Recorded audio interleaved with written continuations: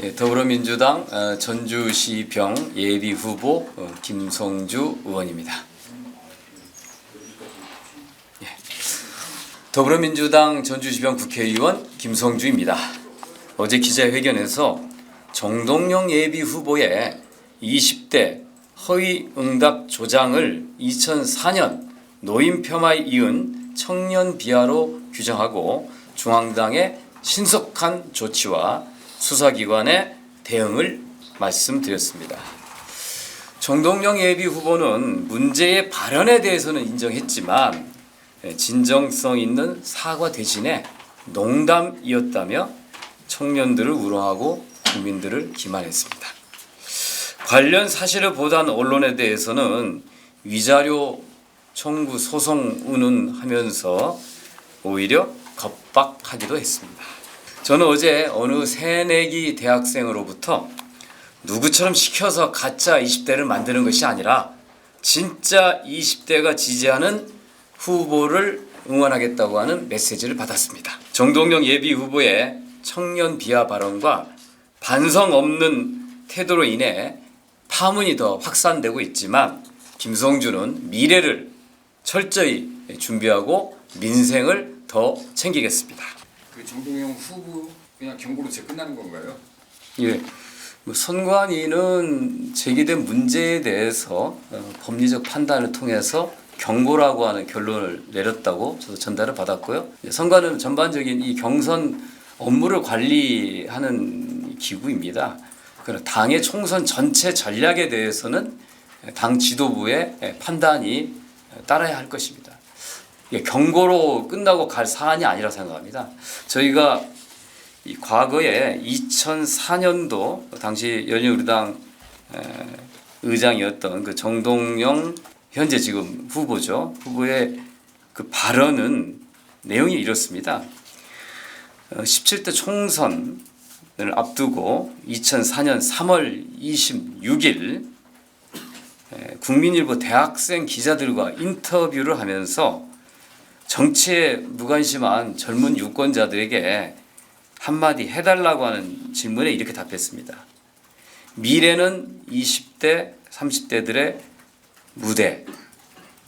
그런 의미에서 60대, 70대는 투표 안 해도 괜찮아요.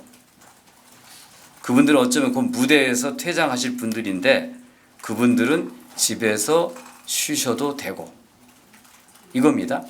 법적으로 아무 문제가 없는 겁니다. 그러나 당시에 이 발언 하나로 대구 경북 지역에서도 앞서가고 있던 열린우리당 후보들이 대거 낙선했습니다.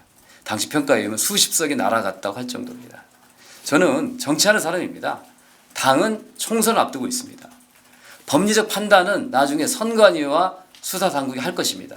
지금 당 지도부에게 필요한 것은 이와 같은 발언이 실제 육성으로 다수의 유권자들에게 전달됐다면 그것이 앞으로 미칠 파장에 대해서 정무적 판단을 해야 한다고 생각합니다. 저는 좀 전에 정동영 후보께서 기자회견을 했는데 전주 시민에게 감사드린다고 했어요. 걱정해 주신 분들에게 감사드린다는데 먼저 사과를 하셔야죠. 시민들에게 여론조사에서 나이를 속여서 응답하도록 거짓을 유도한 거 아닙니까?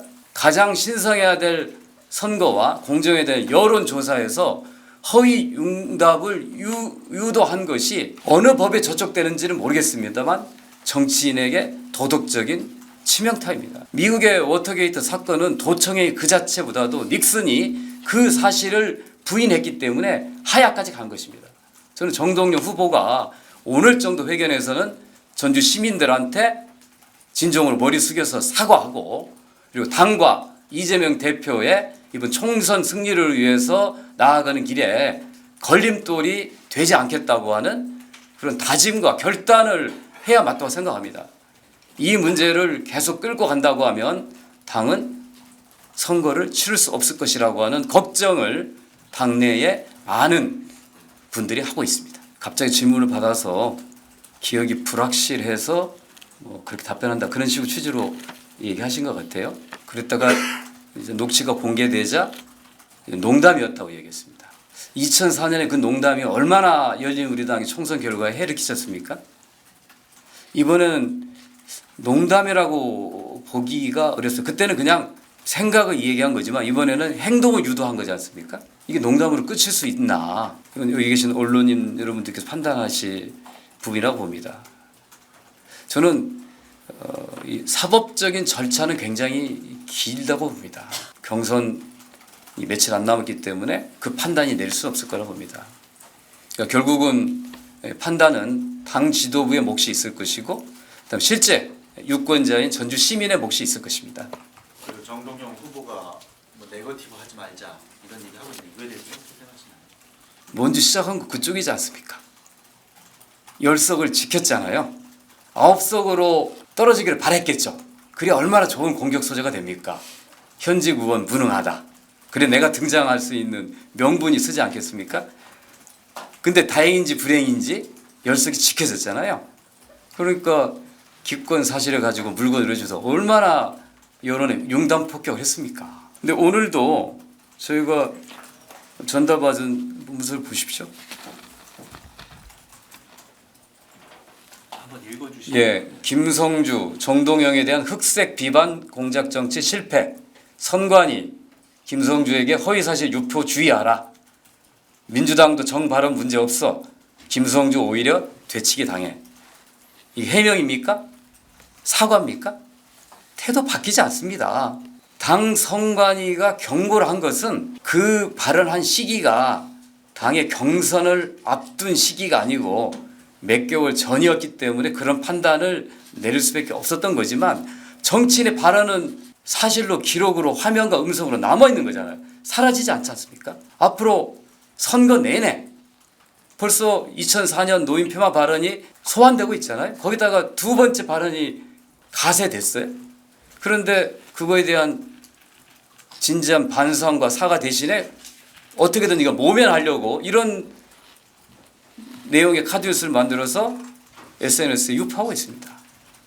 그리고 조금 전에 기자회견에서도 반성과 사과 없이 감사라고 했잖아요. 저는 전주 시민과 유권자 당원 분들에게 정말 호소합니다. 아니 이게 자꾸 이렇게 정책 경쟁하는 게 좋은 거 아니겠습니까? 네. 근데